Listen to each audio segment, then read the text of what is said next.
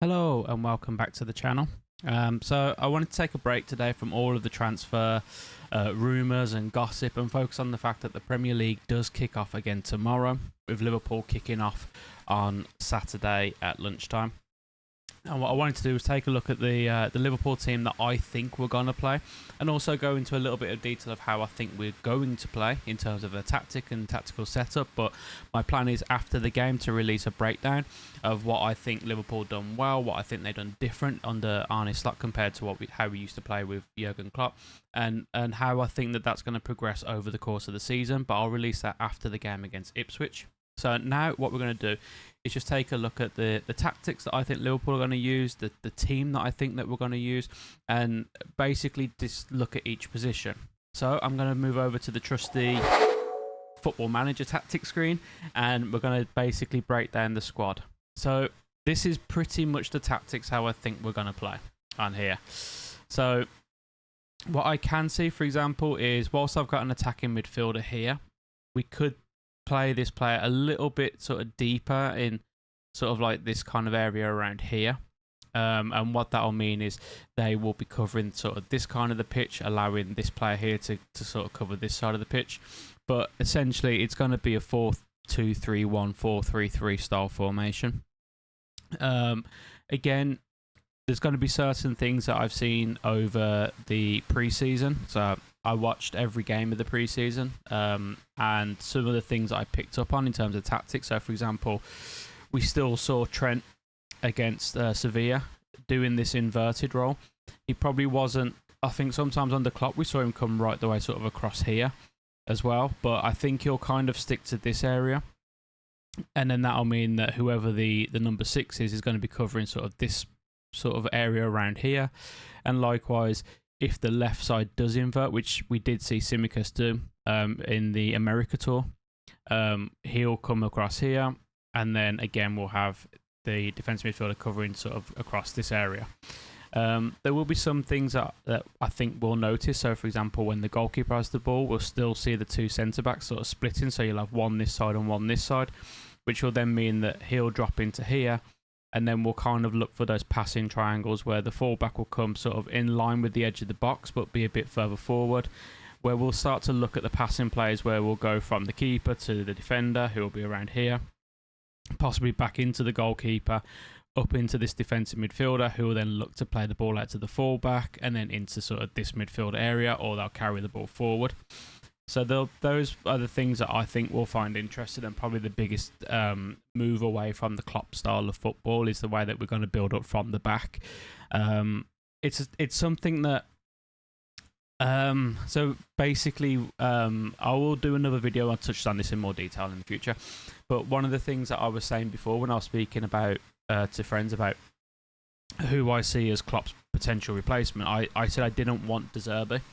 And the reason why I didn't like it was because I didn't like this holding onto the ball here, inviting pressure onto you. I think we've seen a number of times with Liverpool, especially last season, but also in previous seasons, where we do lose the ball in sort of this kind of area. And I think inviting pressure onto us was always going to be dangerous. So it's interesting that we've gone with Arne Slot, who does play with that kind of style, inviting the pressure onto these players. In pre-season, I think we did notice a few times there was a few players. So I can think of a couple of occasions where Endo gave the ball away, Jones, Kwanzaa, in this kind of area where we gave away goal, potential conceding opportunities. Sometimes we got away with it. In fact, I think every time we got away with it. But I think that'll be the biggest take that we'll notice in terms of the difference. I still think that we'll press the same way, but it'll be more of a controlled press than what we saw under Klopp. We saw a lot of the times where their keeper had the ball, players wasn't necessarily rushing at the goalkeeper. Instead, they marked the passing options out of the game. And we also saw quite a lot where when they had possession, we were kind of forcing them over onto the sides, which is a tactic that I like, because obviously you can't go past this line, which means that you can set a number of these traps to try and get these players to fall into. And when they do, then we were winning the ball back. A lot of times we won the ball back in sort of this area as well by forcing them out wide, and then when they tried to come in, that's when we went and got the ball back. So I think we'll see that again. But it'll be a very interesting game. One that I'm actually really looking forward to. So what I want to do now is talk about the team. So I think that the team is fairly straightforward, although there could be potential for a few surprises. So we'll start off with the goalkeeper. I don't think there'll be a surprise here. I think Alisson plays in goal. I think that's kind of the obvious choice. He's the best goalkeeper in the world. He's very good with his distribution. He had a very good game against Sevilla. I think that playing Alisson in goal just makes the most sense. It is a little bit unfortunate for Kelleher because I do think he had a good pre-season, especially the Man United game. Some of the saves that he was making was insane. But when you've got Alisson, you kind of play Alisson. I think that's kind of a given. Next up comes the fullbacks. I think it will be Trent that's starting. But again, I can see a world where we do have Bradley, purely because Trent, he played one game in pre-season, whereas Bradley was involved in all of them. So I can see Bradley playing, but I think it'll be Trent that starts, purely because when he did play against Sevilla, there was a couple of times I noticed where he didn't look as good as he normally does. A few times where defensively he looked a little bit weak. But then we saw with the setup for the Jota goal, like I genuinely think that if Trent got injured for a season, his first game back, he'll still be playing those passes. It's just natural for him. It's just what he does. And I think that Trent will start. Likewise, I think that we will see Virgil starting again. Again, only one pre-season game, but he played well. He didn't look rusty or he didn't look unfit in any way, shape or form. I think he looked very good. So I do think that those three players will all be given in their positions. The next one, which I think is quite interesting, is going to be the other centre-back. So part of me, I think it'll be Kwanzaa, to be honest. There's a shout for Konate, but I think in pre-season when we had both Kwanzaa and Konate available, Kwanzaa looked much better in terms of the splitting of the two centre-backs, receiving the ball from the keeper and trying to progress the ball out. I thought Kwanzaa looks brilliant. There's also like the last-ditch tackle that he done. I think it was against Man United, where he's just had... he's the player that I've been most impressed with in pre-season. I think that he's looked absolutely solid. I think that the position at the moment is his to lose. I think whilst I do like Konate, I think Konate is very good, but I think Kwanzaa has the edge over him in terms of the passing, which I think is probably something that Slot's going to want to use more, considering we're planning on doing this building up from the back. One thing that Konate does really well, that I love when he does play, is that when Trent does push forward, sort of into either the kind of right wing slot or either into when he pushes inside, Konate does cover this sort of right hand side of the pitch very, very well. I've not seen Kwanzaa be able to do that quite as good, but I think with the change of formation and how we're going to utilise the fullbacks with Slot, I don't know if that covering of the right hand side is going to be needed as much. So for me, I do think it's going to be Kwanzaa that starts. And then for the left back slot, I think there's going to be a bit of a surprise here, but I think it's going to be Tsimikas. The reason being, I know Robertson played, was it like 60, 65 minutes against Las Palmas, but I think Tsimikas has played well. And with Robertson's injury, his lack of pre-season game time, I think that they'll probably start with Tsimikas over Robertson for that particular reason. I do think that when Robertson is fully up to speed, he will be back into the team. But I think especially for the opening game, maybe even the opening two games, we'll see Tsimikas start the game and then we'll see Robertson come on, 50 minutes, 60 minutes, whatever it's going to be, just to build up that level of match fitness all over again. The number 6 is going to be probably the most interesting role. I think most people think it's going to be Gravenberch. And I kind of agree. I do think Gravenberch will start in that position. And it'll also be McAllister starting alongside him to create that double pivot. But I can also see a world where Slot changes it up and instead uses McAllister in the more of the holding number 6 role, with Gravenberch as the one progressing the ball forward. The reason being, I don't think McAllister is necessarily brilliant at being a defensive midfielder. His tackling is good, don't get me wrong, but it's not great. He's not a natural number 6.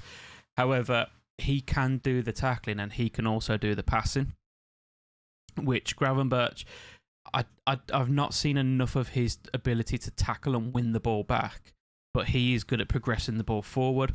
So I can see a world where Slot says, okay, I want Gravenberch to do the more progressive midfielder role, and McAllister, I want you to sort of play that number 6, win the ball back, and then you progress. I think he's better on the ball. I think he's better in tight spaces. I think he's better at resisting the press. So if he is going to come and sort of drop into this position where we're kind of playing the ball back with the split defenders and the goalkeeper, McAllister can do that role. And arguably he could do that role better than what Gravenberch can. However, I do think that we will play more like that. There is also another world where I can see McAllister playing there and, for example, Curtis Jones playing there.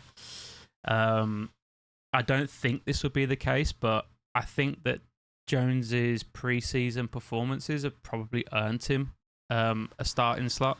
You know, we have heard that it's his shirt to lose and so on and so forth. So Jones carrying on in this role here could be the way forward, but I don't see Jones as being the defensive midfielder. I don't see us playing like this.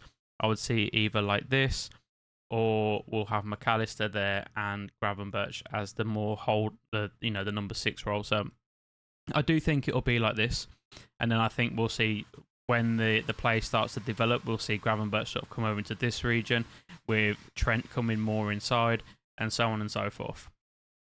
So the next slot, we'll look at sort of the number 10 role, the more advanced midfielder. Personally, I think it's going to be Szoboszlai. I think that's how we're going to see this midfield lineup.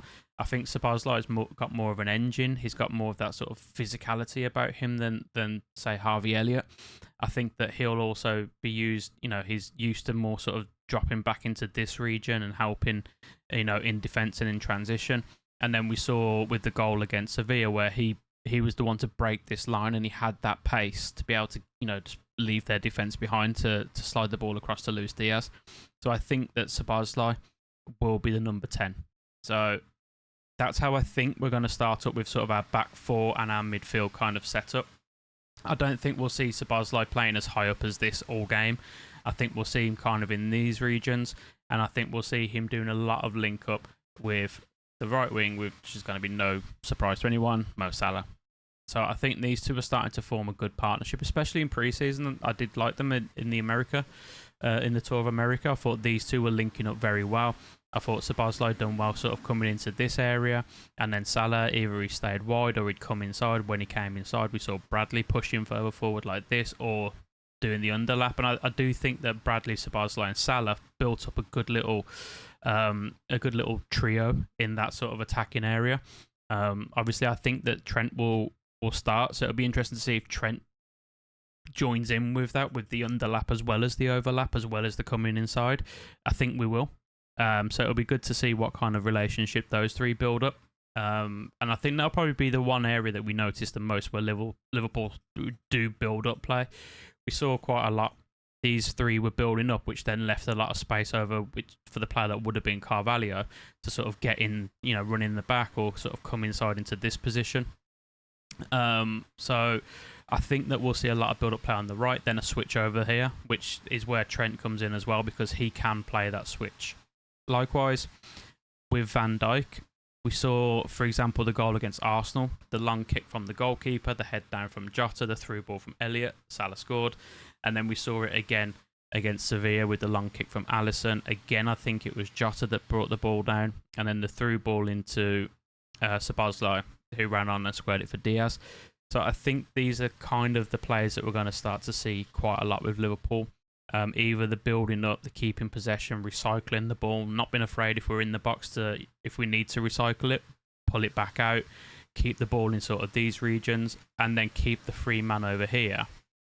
Where we'll also see Tsimikas come into sort of this role around here to enable the build up. There was one point, I think it was against Betis, where when we were playing, we sort of had Tsimikas like really pushing up high into sort of this position. And then we had almost 4 players across here with Jones sort of sitting a little bit deeper, like around here. and then we had Jota playing up like further forward. And I think that's a really good tactic that we're gonna use if it's against, say, a low block, where we're just gonna put a lot of players up there, and then just like basically pen them in, use all the players to recycle possession, keep the ball, and then look for those little gaps, whether it's, for example, a Carvalho goal with a little ball over the top from Elliott, or some kind of play again, the Trent ball over the top for Jota's brilliant goal against Sevilla. I think that those are the kind of players that we're going to see quite a lot of. On the left-hand side, so I do think that ultimately it's going to be Gakpo playing there. But I think for this game, it's going to be Luis Diaz. Gakpo, I don't think he had his best game. I don't think that's like a hot take or harsh to say against Las Palmas, but Diaz had, arguably one of his best games in a while in the Liverpool shirt. Against Sevilla, obviously, his 2 goals. He looked dangerous. He looked sharp. He looked ready to play. Obviously, I'm taking this game based on what we know now. If something develops with the Barcelona and Diaz transfer, that will all change. But Slot's come out and said that he sees Gakpo as more of the left winger. So I do think that we will see Gakpo in that role. I think we'll see Gakpo in that role over Diaz a lot more. But I think for this game, based on the pre-season that we saw, based on the performances that we saw of both players and how well Diaz played, I think Diaz gets the nod. And then for the striker role, I think it's going to be Jota. So I think it's going to be interesting to see how this progresses. So at Feyenoord, they had Jimenez, who he wasn't a polished striker to start off with, but then I believe Slot put him on this special regime in terms of like wanting him to become more polished, become more of a natural finisher, and it worked wonders. I do think he'll do that same sort of thing with Nunez, and it'll be interesting to see if Nunez progresses from the kind of striker he is now, where we know him to create all the chaos but not necessarily be great at the actual finishing. Although sometimes, for example, the Newcastle game springs to mind, 2 shots, 2 goals, he looked absolutely deadly. I think that, well, I don't know if it's I think or if I hope more that Slot will be able to get that Nunez firing a lot more often this season. But the way that Jota's been playing in pre-season, his ability to hold up the ball, his ability to bring other players into it. So, again, with the long ball from Kelleher against Arsenal, it was Jota that sort of won the ball, knocked it down into Elliott to play that through ball. And then I believe again against Sevilla for Szoboszlai's running through the balls not long, and Jota was the one to bring it down, bring the other players into play, and then progress from there. I also think at the moment Jota's probably the best finisher that we've got. So we would like him to be in and around the box because, we've seen, for example, the goal against Sevilla, when he gets a chance, he normally scores. So I do think that will be the case. So I think as well, on the subs bench, I don't think there's going to be any real surprises, so I'm just going to move me over to this side. On the subs bench, obviously, it's going to be Kelleher. I think we'll see Jones, we'll see Bradley. It'll be interesting to whether we see players like Gomez. I do think Harvey Elliott will be on there. I do think Gakpo will be on there. Obviously, Nunez will be on there. Robertson, Kanate, I think, will be on there. And then the last place, I can't remember how many subs we have this time around. I think it's still 9, but it might be more. So it would be interesting to see whether we choose, for example, Endo or Gomez, or even Bajcetic come into that role. But that'll pretty much be it. I do expect some changes throughout the game in terms of players. I don't think every player is going to play the full 90 minutes. I think that if Tsimikas does start, I'd expect to see Robertson come on at some point. I wouldn't be surprised if Bradley comes on for Alexander-Arnold at some point as well.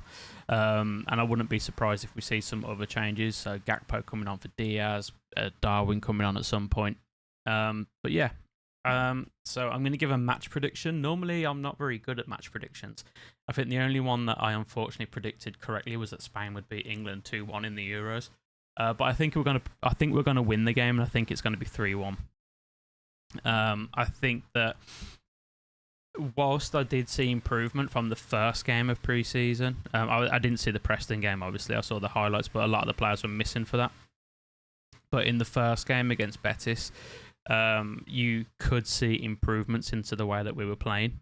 But I still think this whole playing out from the back, inviting pressure onto you, keeper putting his foot on the ball, centre-backs putting their foot on the ball, I don't know how far we are in terms of being able to play that comfortably yet.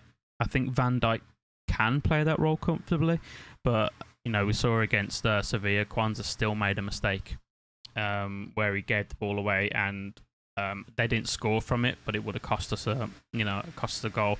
So I think that could be a problem for us, which is why I've got Ipswich scoring. However, I do think we will eventually overcome them, and I think 3-1 is probably a fair result. But yeah, that's my prediction. So let me know in the comments if you agree with my team selection. Let me know if you agree with my score prediction. Let me know how you think that Liverpool are going to play in terms of tactically, how are we going to build up, how are we going to look to play the game. And let me know if you agree with everything that I've said, which is probably going to be unlikely. I think, they'll probably make some errors along the way. But let me know what you think in the comments below. If you enjoyed the video, just drop a like. It'd be really appreciated. And then if you enjoy this style of videos, let me know. I plan on doing them for pretty much every game of the season. So yeah, let me know. Drop a subscribe as well to be notified when I next upload. And I hope you enjoyed the video. Take care, and I'll speak to you all soon.